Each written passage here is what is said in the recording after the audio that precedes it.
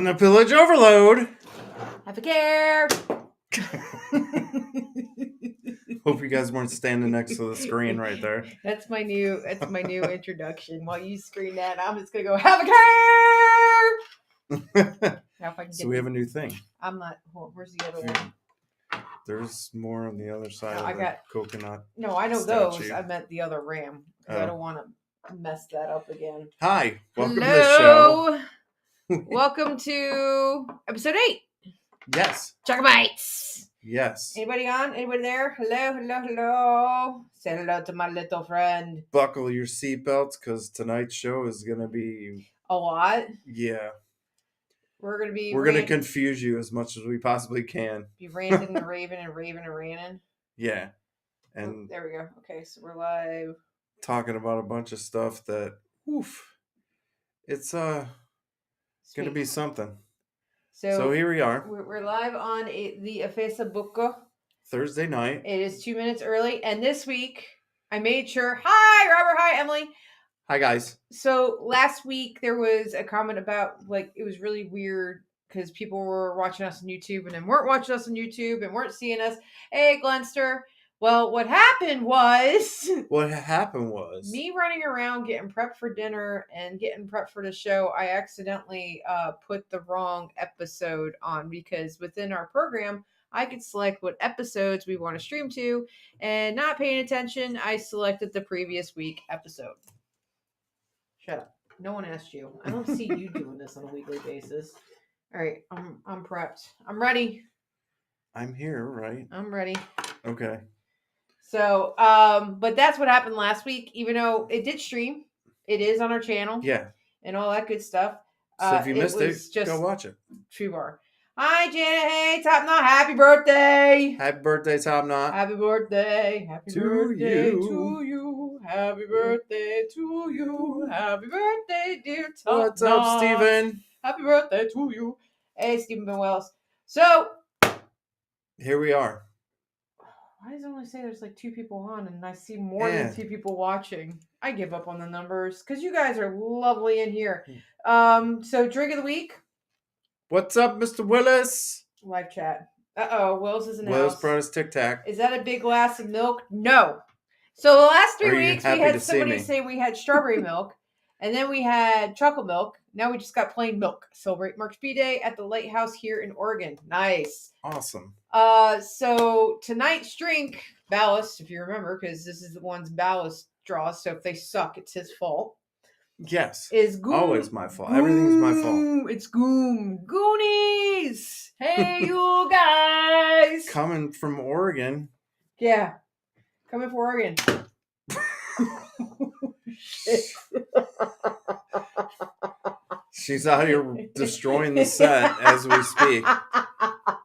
I will reload after we If lights come crashing down, think nothing of it. We'll be fine. At least this was work. I'm trying to do the damn flintlock and it started to piss me off. I keep having to order stuff because it's not going together. But anyway. So Goon Base Smash was an ounce of dark rum, an ounce of light rum. Oh, you know what I forgot? The dark rum. Really? Hold That's on. the most important part. Hold on. While she's gone, I'm going to sit here and look stupid. Hold on. We need dark rum. I was too obsessed with everything else. I forgot the dark rum. We need dark rum. Well, you know what dark rum's going to be, right? Talk about what it is. Yeah, it's going to be 100 proof Captain Morgan. Duh. Because that's what we do around here. You know. How did we forget the rum? I don't know how we forgot the rum, but we did. We were arguing about the rum. There is actually rum in the glass. It's just not enough for us. Or it's not what should be in the drink, which, we can fix that because we got that covered. Just bring the dark rum onto the set. I got it. She's coming back. I got it. I promise. I got it. Got it. We were arguing over the light rum and I forgot about the damn dark rum. See, that's dark. Now it looks like chocolate milk. Almost. It's going to sit there and act normal. Jay, act normal? Come on. Hey, Hey, we used to bring it on a set. There In is fact, nothing normal about this show. we have a globe. It is a was it like a dry bar globe where you have Oh, with the talking about Mom the one says you're fired. Only if I bring it to work, I'm fired. Hey, she didn't bring my chocolate with my rum soaked strawberries the other day. I was asking about those. You talking about the ice? No, we got thing? the ice bucket, and then we Ice got bucket? one that's for it's a little bar globe. Yep. We used to Looks actually like keep. goat's milk. We used to actually put it on the set. Where did I do with it? Okay. If you go back to our in the Wayback Machine, you might Wait. see Okay, it. so back now that we're back. It is 1 ounce dark rum. There might be a little bit more than that because I'm free poured. 1 ounce light rum, 1 ounce pineapple rum, half ounce cream of coconut, 2 ounces of pineapple juice. And as Ballas said last week, it reminds him of painkiller. And I need that now. Kind of close to a painkiller. Goodbye. Bottoms up. As expected. It's good. Good. Although my tongue is still burned from dinner. Because I love me some painkillers, and this is pretty much the same thing. I singed the shit out of my tongue for when we were doing dinner, so. Cheers. Cheers. Oh, so, see, that got me all screwed up. Cheers. Next one. Next week's drink. Yep, you definitely free poured that. Mm-hmm. Oh. It's going to be one of those Zombie. nights. Ooh. I was actually just thinking about that song earlier. Hopefully it's not like a zombie, because a zombie shooter is awful. Zombie is mango rum, banana rum, orange juice, grenadine syrup, pineapple rum, light rum, pineapple juice. Holy crap. And it's not like the zombie brains that we have in a shooter, so that's good. But we do need to get a whole lot of rum in that. Yeah, but we need more we need more mango rum, we need banana rum, we need pineapple rum, we need light rum, because we just used all the right rum and all that. There's Bacardi in there. No, I just finished it. Oh no, Bacardi White. Oh yeah, that's right, we got that. Smoke machine for the zombie. No. Hey, Mark. Away from the Disney cruise ship. Hey Mark. Man, you getting good signal out there then. That's awesome. Thank you for tuning in. Dang. So yeah, zombie next week. Cruise ship. So hashtag need more rum. Apparently, I'd like to see you guys lie, the rum's gone. I'd like to see you guys bring in listeners from a cruise ship. Come on, man. So a Disney cruise ship. It is a lot of rum. Damn it, drink more rum. Yeah, we need to get more rum. Mm-hmm. Apparently, we're almost out. And oh yeah, that's what I was gonna say. Next week's episode is we're not almost out of rum. All the clear rum. Yeah. Next week episode is the engineering episode too, I think. Oh, so we're gonna be drinking zombies during an engineering episode. Perfect. Yes, my favorite episode because it's the day before Pi Day. So anyway, we got first up on you're gonna go to diabetic coma. You never know. So that was the Goombay Smash. It's like, hey, you guys. Hey. So I did want to say, while I reload this, I did want to thank you, everyone who is out there and spreading the word about our show. We really appreciate it. We've been getting subscribers, and I'm actually there's nothing. Sorry, there's nothing in there. So my eye out. We do want to thank you. We're slowly creeping up the 300 subscribers. When I just checked before the show started, we're at 277. So, slow and steady wins the race. We're really happy with what we got. So, and we love having the interaction from you guys. So, here's to you. Have a care. Thank you, guys. Let's see how many of these are going to get cleaned up tonight. Yeah. Might want to find a more traditional zombie. However many it is, it's going to be you. Hey, I found them all last week. Another nice can. I got this can. And then a reminder of nominations. So Order of Leviathan nominations are open to the public. If you're a subscriber to our newsletter, we put it out last Sunday. Go check out the Order of Leviathan website. Nominations are open to the public to March 24th. So if you know somebody who is worthy to be amongst us, honor amongst pirates, check it out and give it a go. Yeah. So, Mm-hmm. and don't forget about the us. And don't forget about the us. We are still open for orders. Parlay 8. Please. Signs, clothing, all that kind of order jazz. something. We're still here. It's been a little bit of a dry season. It's been wet outside and dry in here. It's been a lot of a dry You're going to need an eye patch from Captain Jamie. Thinks with. Mm. Actually, he has one. We had to get one when he had pink eye because he didn't want to walk around with pink eye. I was actually just looking at those pictures recently of us at dinner and lunch and you wearing the pirate patch. It was great. He was channeling Mr. Ransom. Buy all the stuffs now, people. Yes, buy all our goodies. Yes. Clear us out. Hi, Wade.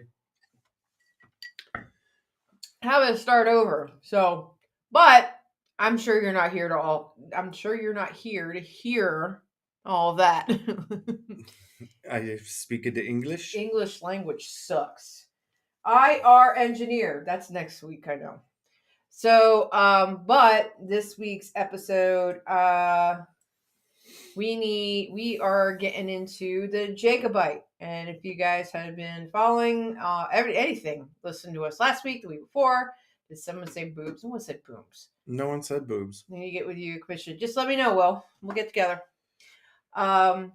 So here in fact, let me know what job you're at. I'll come visit you.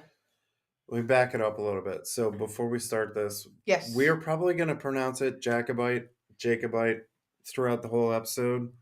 For me, it's just because that's the way I've said it before I knew it was actually pronounced Jacobite.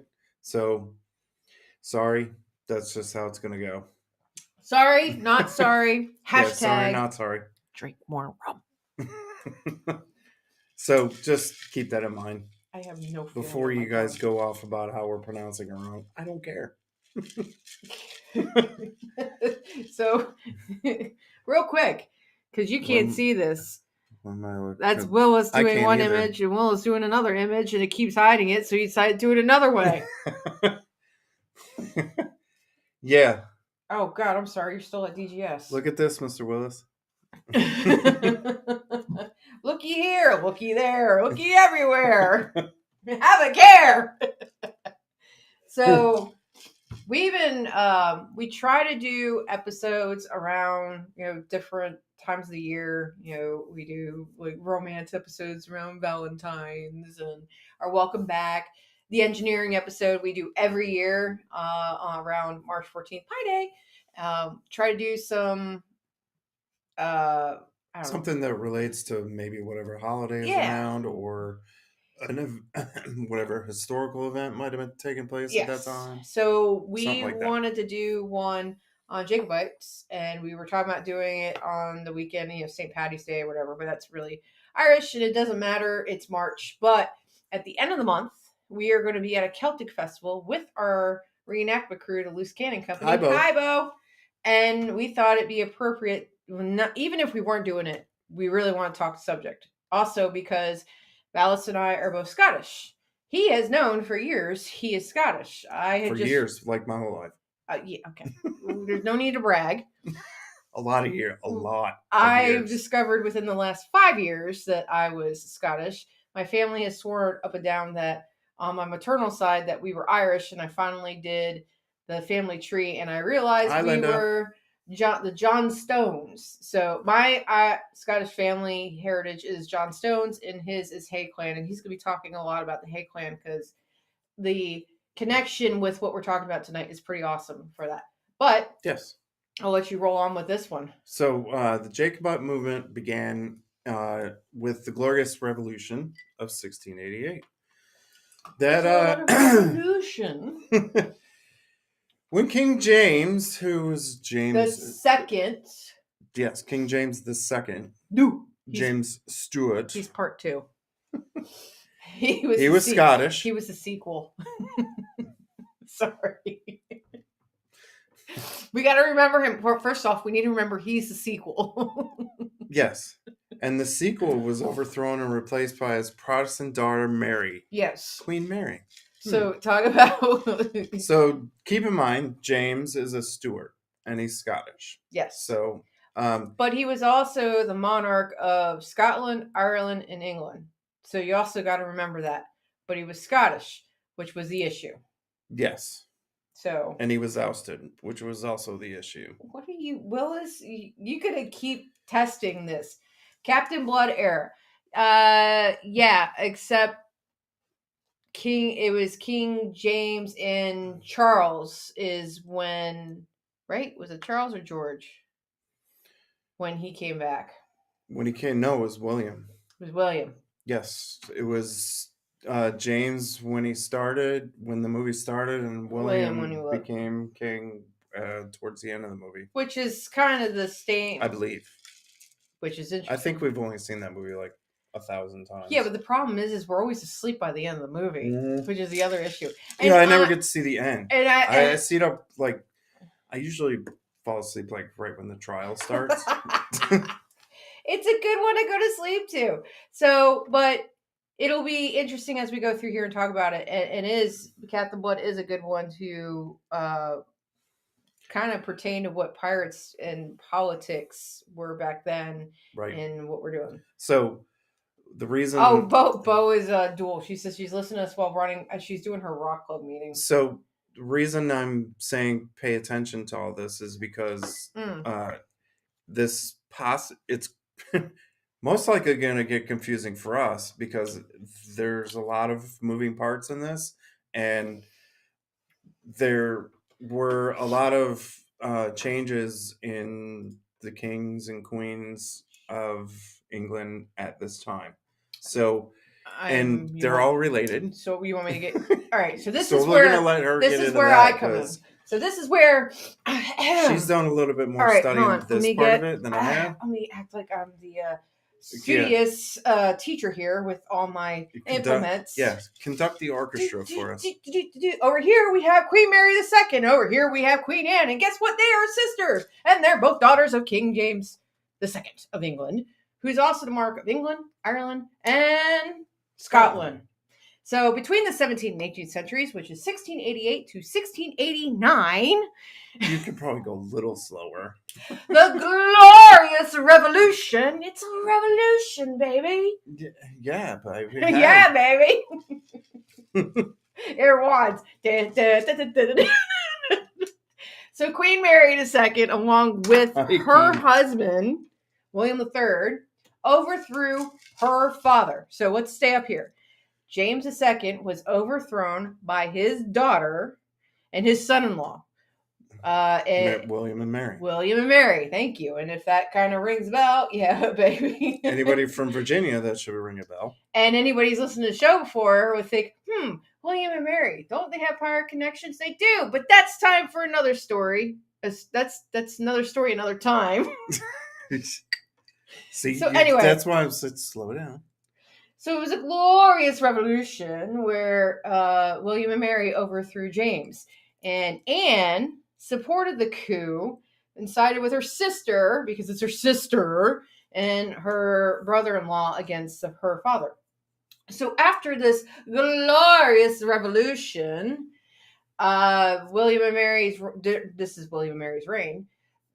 Mary and Anne initially maintained a relationship through this whole thing, but it was kind of tensious, or what's the word? Not tensious. Tensious is the wrong word. They didn't like each other. There was a lot of tension. There was a lot of sisterly battle and put 'em up. I don't know if they really did that, but anyway. So one of the major issues was Anne had a close relationship with Sarah Churchill. Sarah Churchill, who was Duchess of Marlborough, who Mary disliked. So Mary also disapproved of Anne's independent political maneuvering. Now, if everybody knows what Queen Anne was really popular for was her sea dogs and what she did to get Britain financially stable and essentially started piracy. Hey, imagine that. Yeah. I don't watch Harry Potter. I have no clue about Harry Potter. There is no Harry Potter. So anyway. What Harry? What I'm missing the comments. They're because I'm sitting here doing Talk- this. Talk amongst yourselves. Instead of the hands, I'm talking with the wand. Talking with the wand because the hands ain't listening. That's what's going on right now. A lot of talking. A lot of talking. So we're talking post 1689. Are you with William us? and Mary's reign. So Anne is still supporting all this, but Mary's kind of pissed off at her sister. She's like, "You were here. We overthrew Dad, but you're starting to piss me off too." And oh, by the way, they do have an older brother who is. Now, keep in mind, the Jacobites were supporting James the second. The Duke. Yes. And in turn of supporting James Duke, they were supporting James Trois, which was James Stewart, which was the oldest. He was the second eldest son, but the first died, so he was essentially the next heir. But Mary took the throne, so you got to think about that. Those Stuarts, I know, saw that right. one. So basically, the Jacobites are supporting James II and James III. So depending on the time period, it started out with James II and ended up both of them, obviously. Want some smoke machine? No, Glenn. Shush! You guys in the damn smoke machine. I'm gonna find some like smoke effects for the screen. You're gonna think there's a smoke machine. So, 1692. We're jumping ahead. This whole thing happened in 1688. So we're talking a time span of 4 years from when the Glorious Revolution started to Anne being removed from the St. James Palace. So it was a huge ordeal that Queen Mary disowned her sister, removed her from the palace, and made her, because of her association, and basically dismissed her from court. So that was a big deal. And obviously, that was a bond broken between sisters and never fully recovered until Mary's death. And Mary died in, when did she die? But did you die? She did die. I think she died in 1694 from smallpox. And the only cure is cowbell. So in 1694, William III continued ruling alone, and Anne later succeeded him in 1702, which we all know in 1702, we could say it was the second part of the Golden Age of piracy, which was the greatest Golden Age of piracy, which is the Pirates' Golden Age of piracy. I might have gotten a little way there. You're getting ahead of yourself. I am getting ahead of myself. So let's get back into what the topic is tonight. And how does Jacobitism come into play with piracy? Well, Ed Fox did an excellent paper, which we're going to be referred to. Yes, heavily. We're going to be relying on Ed Fox's paper about Jacobitism. Jacobitism. I love that word. Say that 3 times fast. In the Golden Age of piracy, because it was a huge part of how the pirates thought. And let's also focus on the time frame. Yeah. So in this time from Golden Age piracy, because it is a varying year range, we're going to focus on 17. Well, let me rephrase that. Mr. Ed Fox focused on 1715 and 1725, and that's where the notes and the information we got. But we're probably and the reason for go beyond that at some point. The reason that he focused on that particular era in the Golden Age piracy is because that's when the Jacobites were the strongest loyalty. It had been going on for a while, and they were. Hi, Jesse. It was pretty prevalent in the Caribbean, and a lot of the pirates actually supported the Stuart family and wanted them to be on the throne. Well, you also got to add in there that a lot of the pirates originated as privateers during the War of Spanish Succession. Yeah. If there's one thing me and you have always talked about during the show, English love to go to war. And Anne was actually a pretty big part of that. And the War of Spanish Succession was from 1701 to 1713. So obviously we are now talking after Queen Mary died. William is no longer on the throne, and Anne is firmly in place on the throne during this time frame. And then you've got all these pirates in the Caribbean who A lot of them were probably fresh pirates Mm-hmm. among all the crews. Uh, you've got what we got I black. have that. If I need, you want me to pull up the Yes, let's graphics? pull All up the right. graphic because we got a graphic that kind of goes over who all was uh, who all were prevalent pirates at the There you time. go. So I love this what are we looking graphic. at? We're looking at Blackbeard is Yes. up here, and we know his ship name. And to put a PSA out there, this is also this is a graphic from Ed Fox's paper. Kind of Yes. stole my idea, even though he wrote this years ago. I wanted to do So this. a little bit of background on this paper. So Ed Fox is a English historian who has a degree basically in piracy. He has studied it for a long time, and when he was in college, I believe that's when he wrote this paper, and it was specifically about Jacobitism in piracy. So what this what this chart is trying to show you is all the relation between all the pirate captains and the crews, and basically all these guys were supportive of the Stuart family or Jacobites themselves. So hence that means that a lot of the pirates that were in these crews and had these guys as captains were also supporters of the Jacobite movement. So you can imagine that a lot of these pirates were on multiple ships and probably a part of a lot of these crews.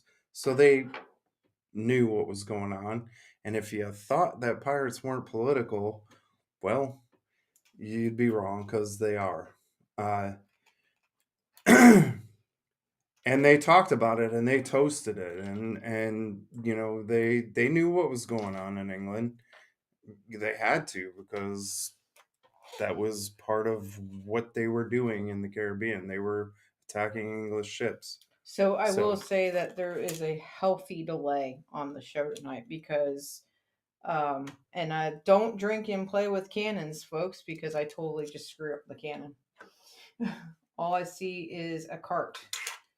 What do you mean all you a see is a card. cart? What? You see a card. Um, Ah, don't tell me that we've had this on the entire time. We're talking because of the layers, and I can't see anything everybody's been saying. what? All right, we're gonna go back to us. We're back to Okay. us. So did they see the chart? I don't know. Todd S- just says all I see is a cart. I don't know what that means.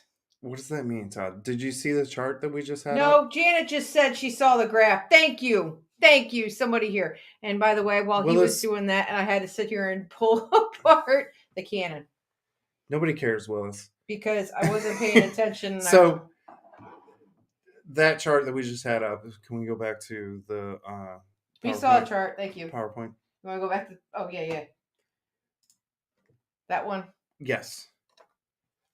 So they toasted Stuart, which was James III, and they Which is interesting because he had nothing to do with being in charge at that time, but they still toasted him. That's the part that I thought was incredibly interesting.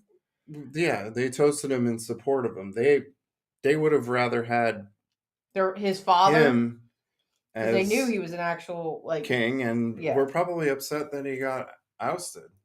So that's why they were supporting him.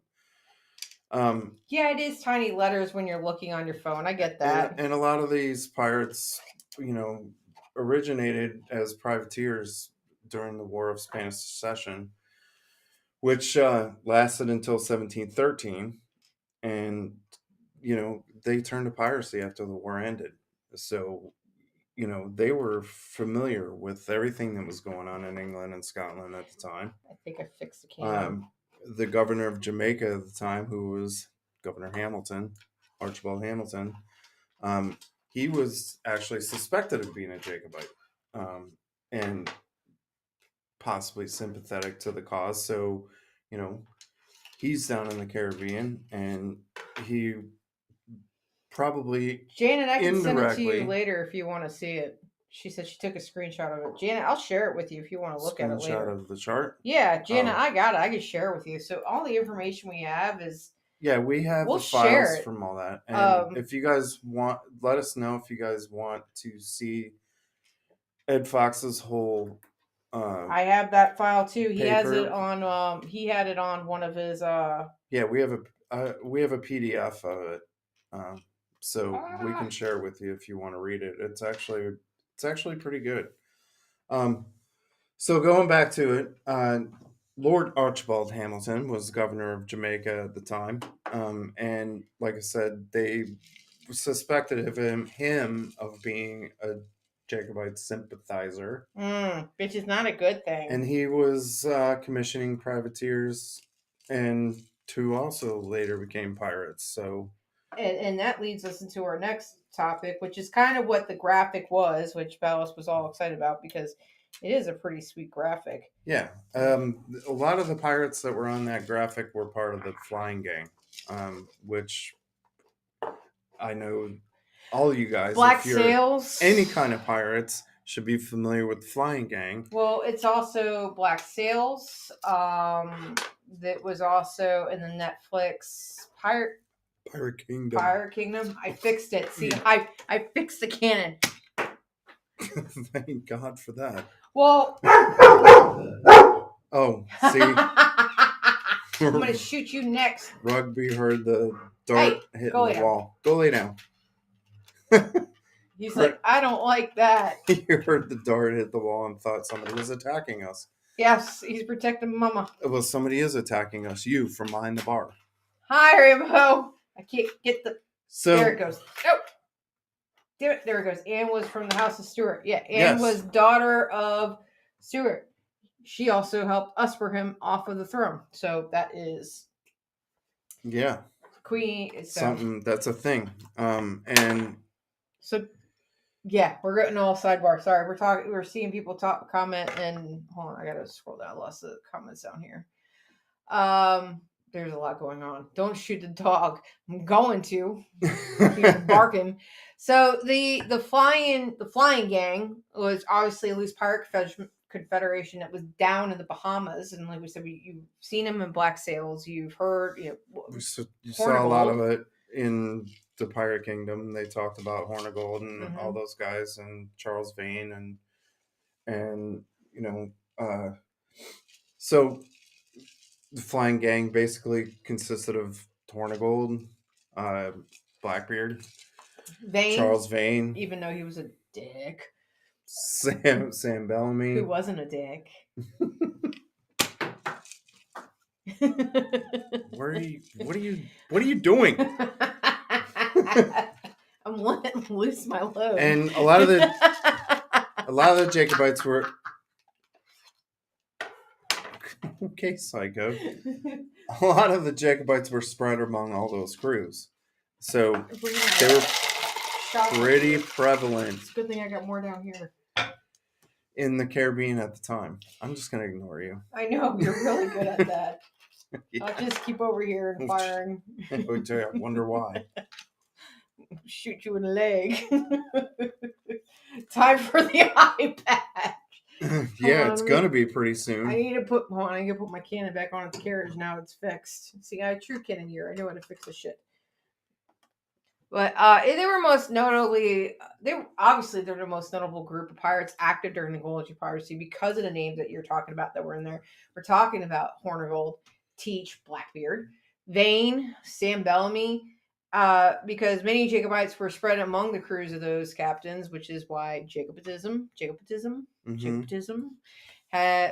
kept such a strong hold in the Caribbean. What? Oh, you're in top form tonight. I am not. It hasn't been a week at all. So many members of the Flying Gang were former privateers. You got to remember that, especially when you start talking about Horn of Gold. I don't really think Blackbeard was. Sam Bellamy was 100%. Vane was product of it. In the vein of that, a lot of these guys were spread among different crews. So, Blackbeard sailed under other people's. He sailed under Hornigold, right? Yeah.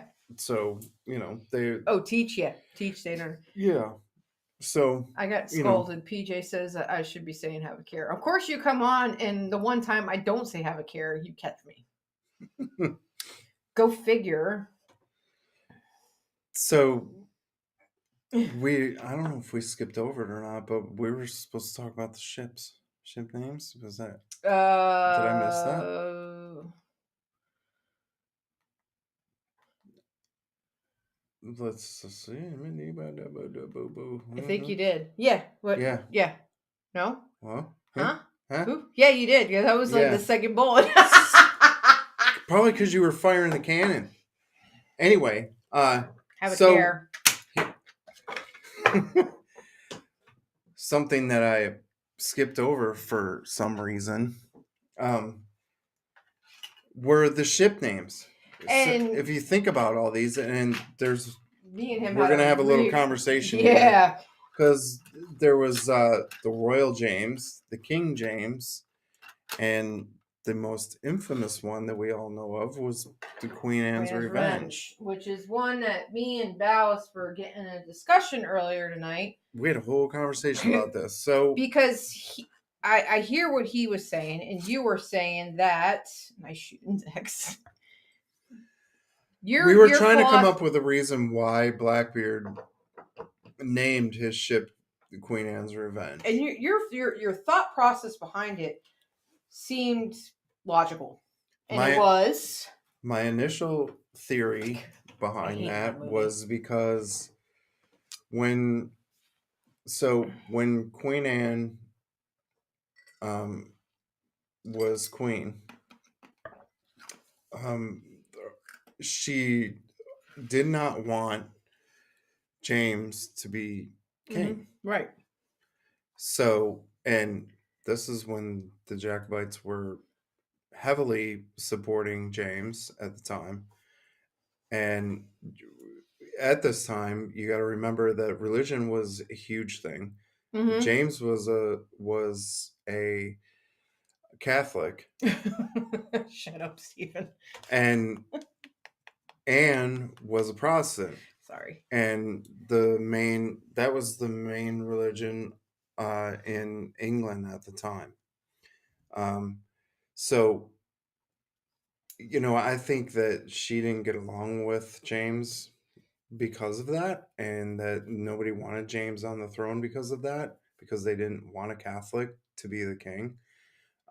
So she lobbied for George the First to be her successor. But you were saying that Blackbeard naming his ship Queen Anne's Revenge was because you thought her revenge against her brother, or James, was to support George being the next king and not James.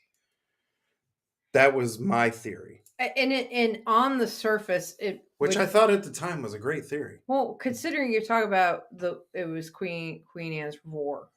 The war at that time was Queen Anne's War. Yes. And with Queen Anne's Revenge, and with you're talking about most of the pirates and their connection to Jacobitism.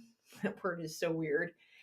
It on the surface it makes sense, but then when you start thinking about it, all right, Jacob II was kicked off of the throne. James II. James, sorry. You said Jacob. Sorry, I meant to say King James II.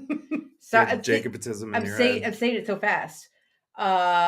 So his daughters booted his ass off the throne because they did not agree with him being Scottish. They did not agree with his religion. And also keep in mind, Anne was born in England. Yes, she was. She was also English. And she was raised in England. She was raised in England too, to be more English. They were family, yes. They were family, but that was his daughter. Was how they treated females at the time. They were not raised.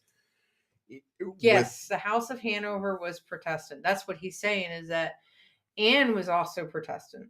Yes. So the House of Hanover, and that's what the Stuarts were not. And that's what was the Yes. big deal. And the religion was what really made the drive out. But that was also why Yes. Mary had a big issue with Anne, because of Anne's relationship with Sarah Churchill. Churchill. So the Hanovers were protested because they wanted the Stuarts to keep the line to the throne. No.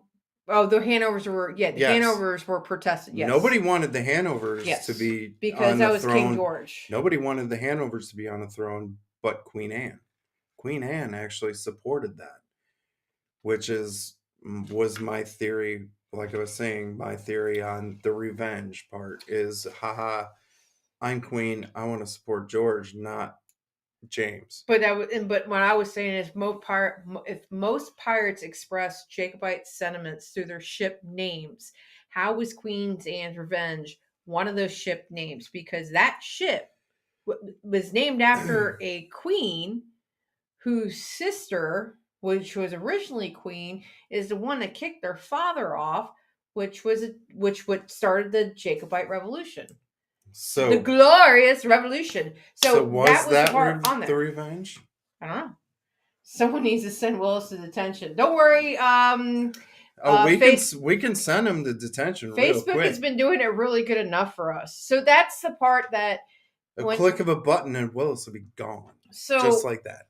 when you start hearing about how a lot of the pirates were loyalists and they were more interested in the Jacobite side of it and getting the Stuarts back on throne, it was just really interesting when you hear all that, and then you look at the names of the ship, and you do have the Royal James, you do have the King James, and then you look at the Queen Anne's Revenge. Like, that name alone does not follow the mold of all the other flying gang bring back ship Cromwell.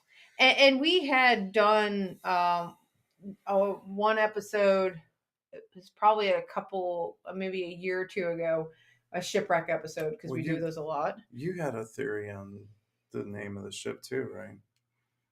Then what was your argument for of recent with the Queen Anne's Revenge? I just thought it was just because the Queen Anne's War was over. And it was the revenge of I don't remember who Sith? Revenge of the Sith.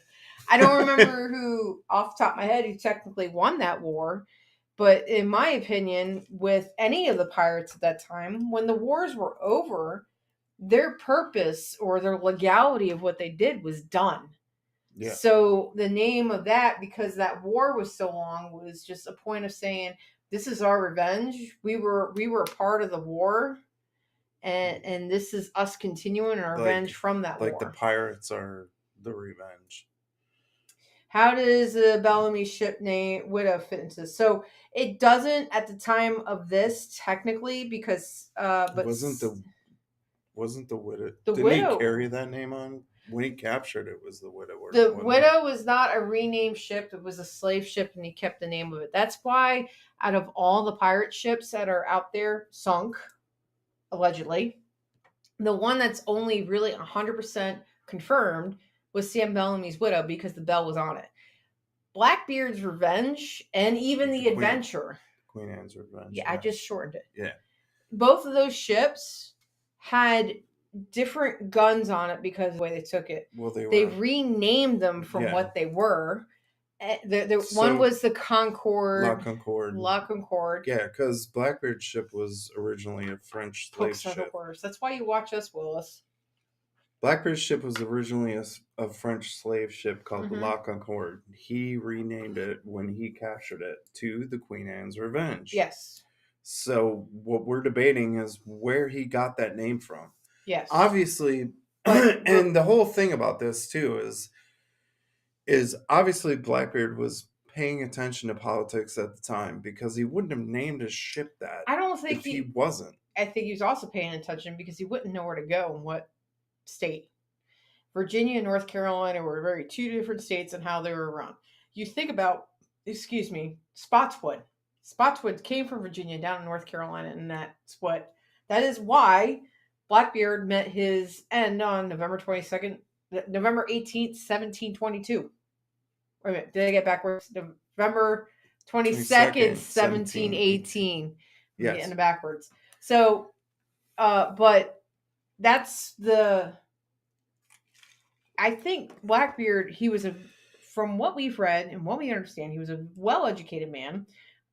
He was second to Hornigold, flying gang, and Hornigold was very much a part of the crown. He didn't like to He was attack. very English. He didn't like to attack other ships, so there had to be some influence on him when he started running his own pirate cruise. And other than that, was how he was treated probably. So I dare say that I think he understood. He knew what political grounds he had to go in versus how corrupt North Carolina was in Virginia at that time. Because obviously, if the Virginia governor decided to break the laws and go over states' lines to Well, execute him, yeah, that's what he Virginia, did. Virginia was getting a little more pissed off about what Blackbeard was doing than North Carolina was, because Blackbeard was hiding out in North Yeah, Carolina a lot, and he had an accord with the governor at the time. yeah. So I don't think Virginia liked that too much. Yeah. So, but there is a distinct decline of Jacobitism in piracy. So the sentiment among pirates definitely peaked between 1715 and 1722. We've always talked about there were two new what golden Golden age of Ages. piracy. We got the ones with Morgan, and you got the one now with Blackbeard and all the names that you were aware of. That coincided with just the broader political unrest in Britain when that was happening, because you're talking about the Queen Anne Wars. Yeah, Who a are we big joking? England was always at war. yeah, and well, a big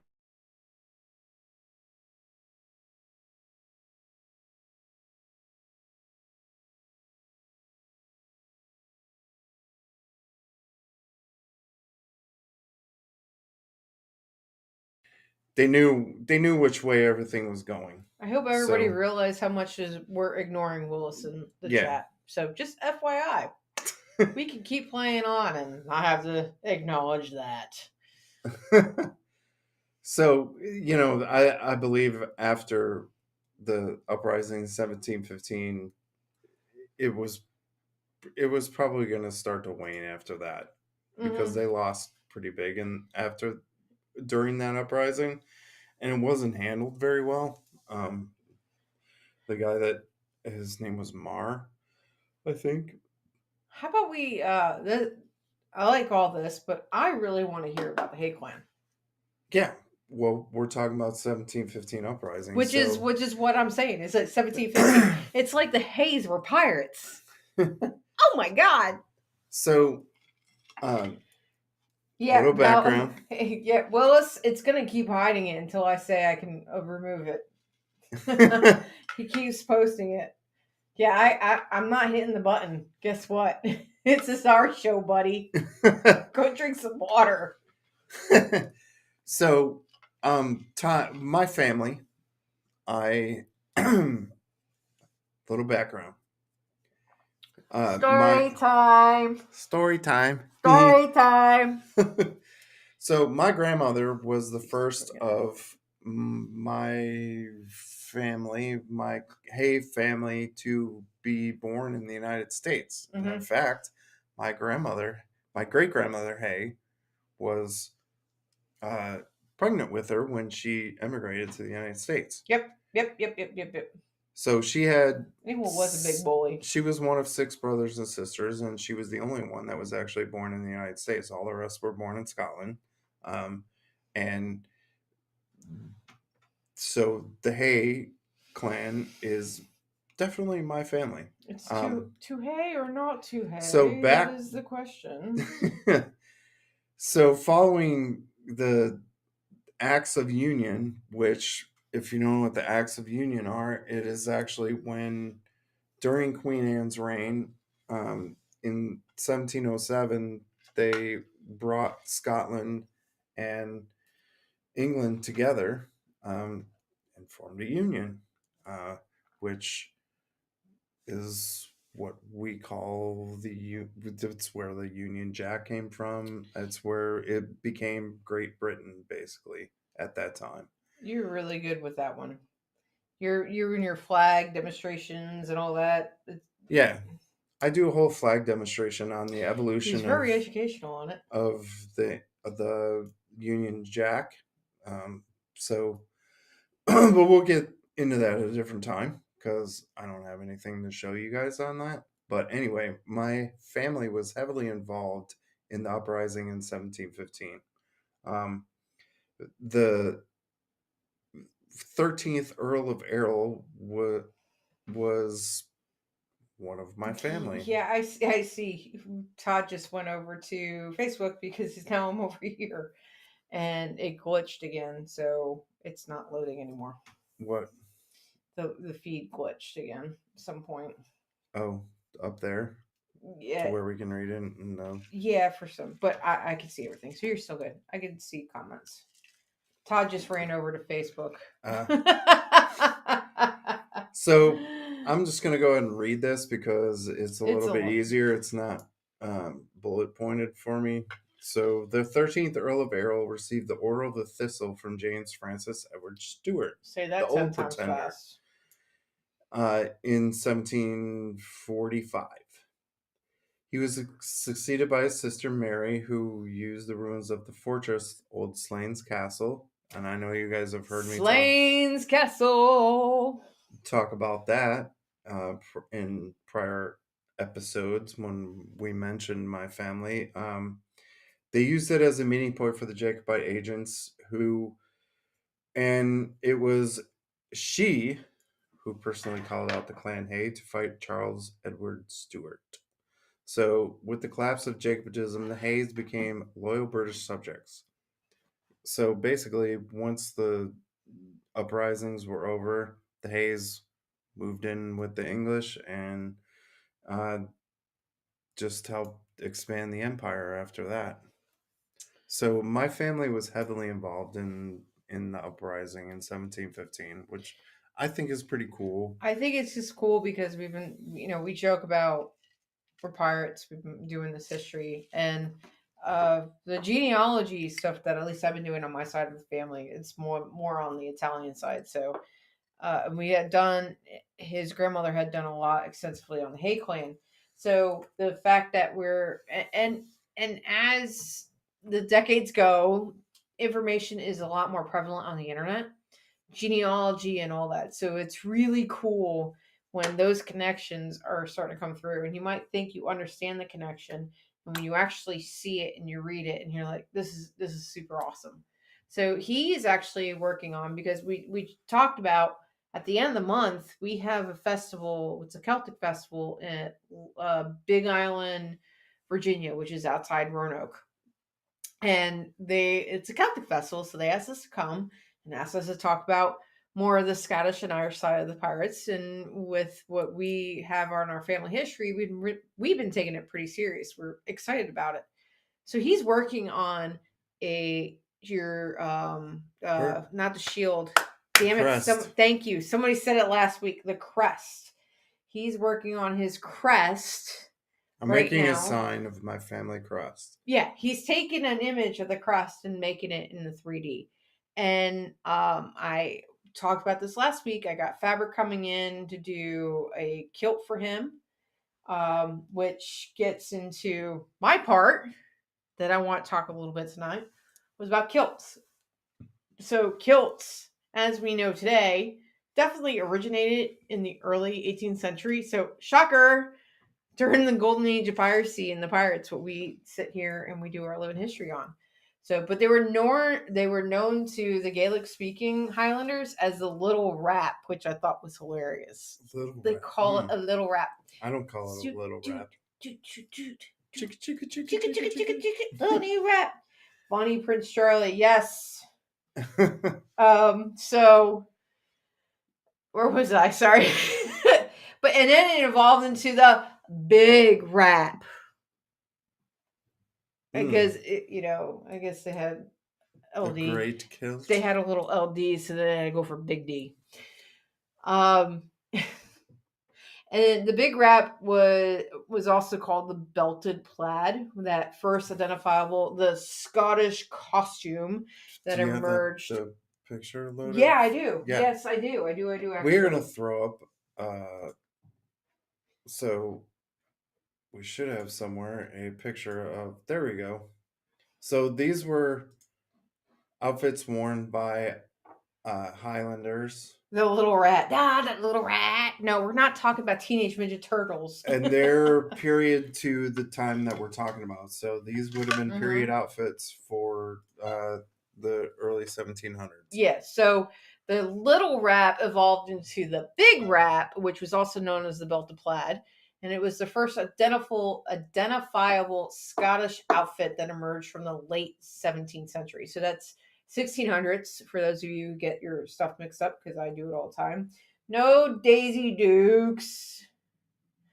The belted plaid consisted of a 4 to 6 yard length of woven woolen cloth about 2 yards wide. We were going back and forth about this last week. We were trying to decide if it was 8 yards or 5 yards or what yards it was. So I was like, The whole 9 I yards. need a whole 9 yards. So I was like, I need to figure this out. So I'm mad that I can't see the chat anymore. I'm sorry. Dang it. Check out those knees. Oh, if Mikey was on, Nobby knee knocker. So it was laid out, and it was 4 to 6 yards. This what they call the big wrap, and it was laid out on the ground, gathered in folds with a plain section left on each side. The guy would lay there and say, "Hey." Yeah. He would basically pleat it, wrap it, belt it, and then Throw it over the throw shoulder. it over so the upper and part go. could, yeah. So the lower part was like the kilt, and the upper part was draped around the body, and it was a variety of different styles. So if you see, they wore it as raincoats, they did whatever with it. The kilt, as worn today in 2025, is the lower half of obviously the belted plaid, the big kilt, with the back pleats stitched up because who wants to lay down on their ass every time they need to wear it and make sure you're pleating it perfectly and making it all gorgeous? You're just gorgeous, darling. You're just gorgeous.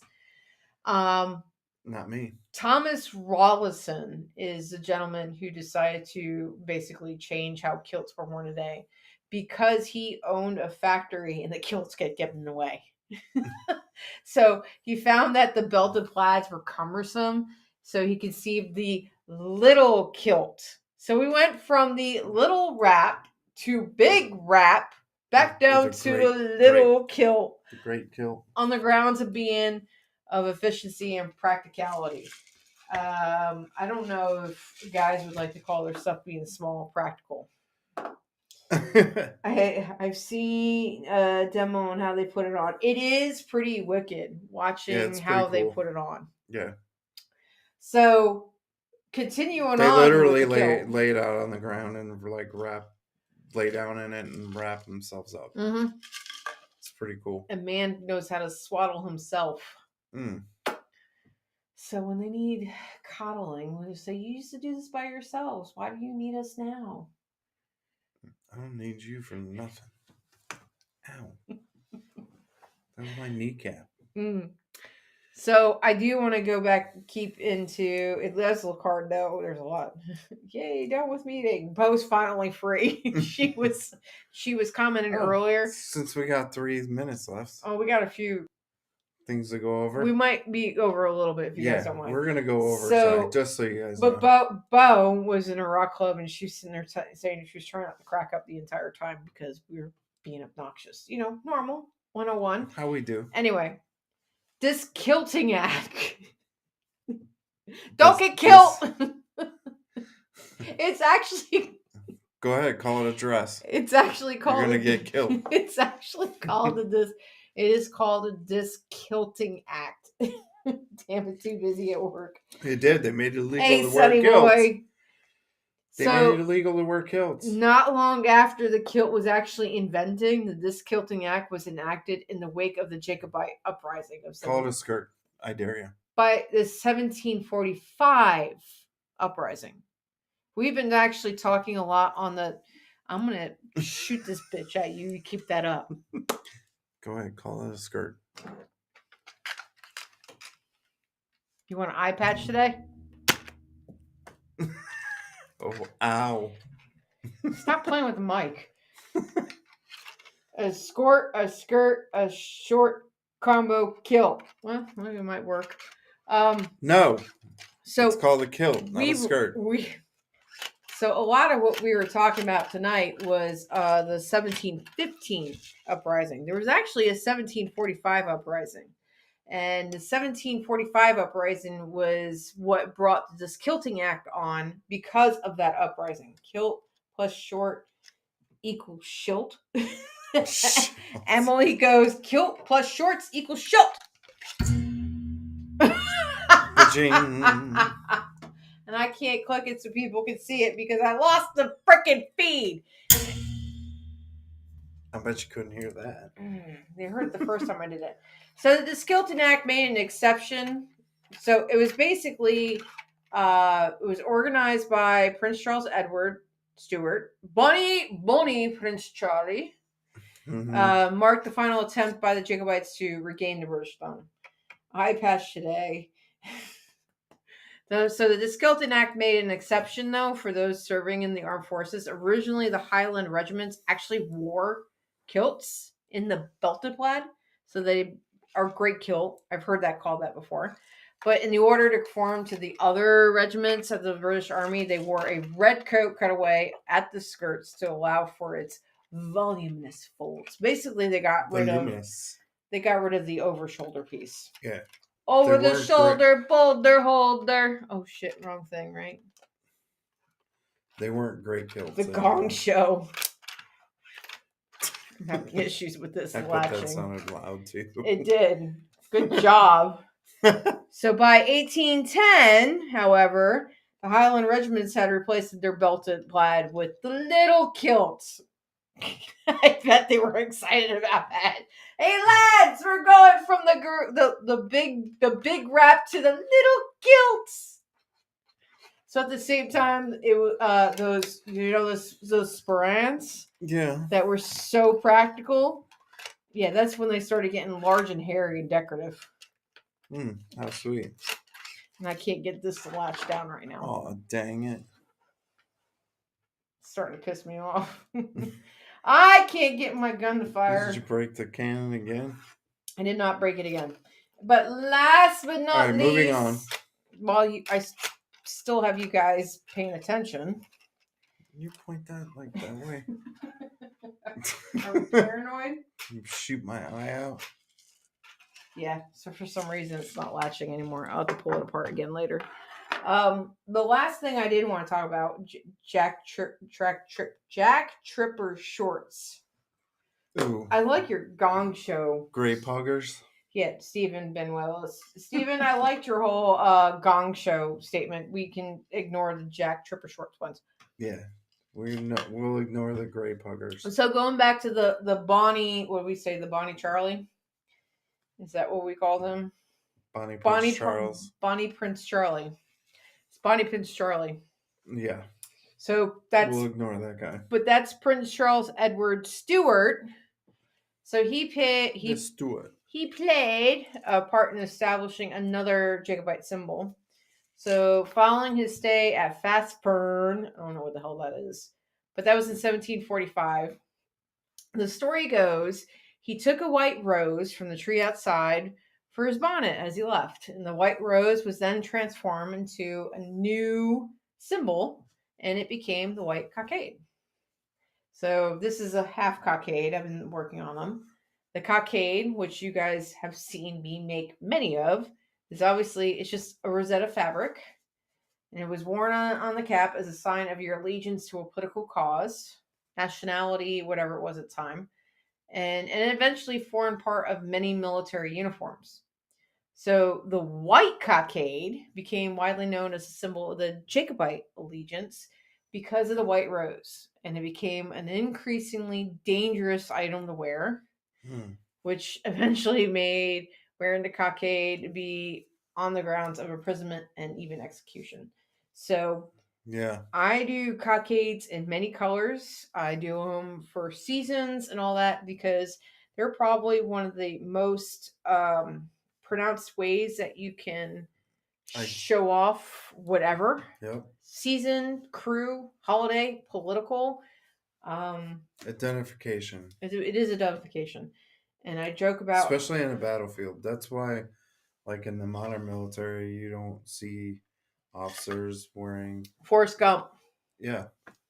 You think.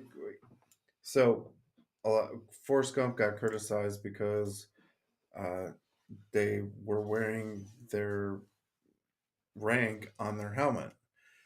They didn't normally do that in battle because they didn't want to show off who the officers were. Were they really? Because even at the part when Gump showed up to They did that in the movie because they wanted to be able to identify Tom Hanks as being the leader. But normally in oh, you're talking about Private Ryan, Saving Private Ryan. was it? Yeah, it was. Yeah, Yeah, it was Saving Private Ryan. It Forrest wasn't Gump Forrest when they Gump. were in Vietnam. That They're was you. What did you brought up Forrest Gump? because when he was in Nam with Yeah, with Lieutenant Dan, yeah, but for crying out loud. yes, they were criticized. We don't salute here. You want me to die right now? They were criticized in Saving Private Ryan Yeah. for having Tom Hanks wear his rank on his helmet. They didn't normally do that because they didn't want to identify who the officers were because then they would shoot them first. They didn't want to do that. And they learned that Which is, I'm sure, probably the same reason that they didn't want them wearing the big white cockade that you could see at 200 yards across the field to identify who was a Jacobite and who wasn't. Yeah, because the British and the Hanovers. Thank you. Wore black, and the Jacobites wore white. Mm-hmm. Nowadays, which couldn't be more opposite each other. The cockade I wear right now is a deep red and black, which is what our crew wears a lot. Well, I would say that Ballas has this color. Mr. Willis, well, a lot right now I have. I know you're wearing. I still have. You have Emily's. Octopod Trading Company. She makes leather cockades with vintage cool buttons. They're super awesome. It's really cool. I like. Yes, they were a Target. So, but mine, my middle button's got my order logo in it for designating I'm part of the Order of Leviathan. It just there's different color, your crew colors, the event colors. I had Mardi Gras ones. St. Patrick's Day. If you need a green cockade, go to our website www.parlay.com. Don't get pinched. So there's a bunch of colors for a bunch of events and all that stuff. And I like them because they switch around and we have a lot of fun. But I like making them. They're a lot of fun. When I finally figured out how to do those, they're just really cool. And I don't know. It's just something simple with the kit. Yes, they're more middle 18th century than what we portray. The earlier ones are more horsehair and squished kind of squares. But yeah, they look more like a bow tie. Yeah, but these are more fun. People like them. So I did do a cancer survivor cockade. I actually have breast cancer cockades on our website. And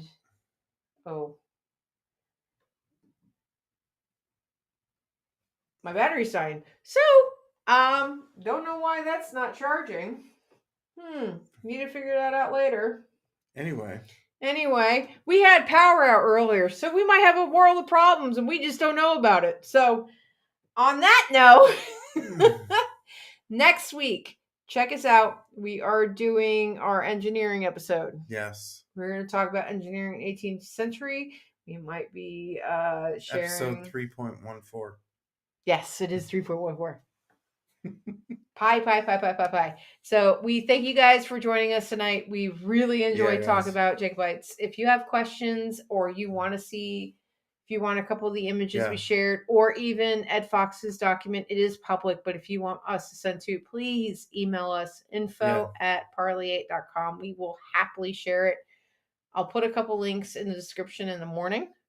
Yeah. For where we found some of the stuff, some videos, information, all that. But we'll make sure we share all that stuff with you. We're very blessed. We appreciate it gratefully. You guys joined us for our enthusiastic night. Me being an idiot, him being educational, but here we are. And an idiot. And an idiot. So I do both very well. Until next week, guys. Thank you Thanks, you guys. again.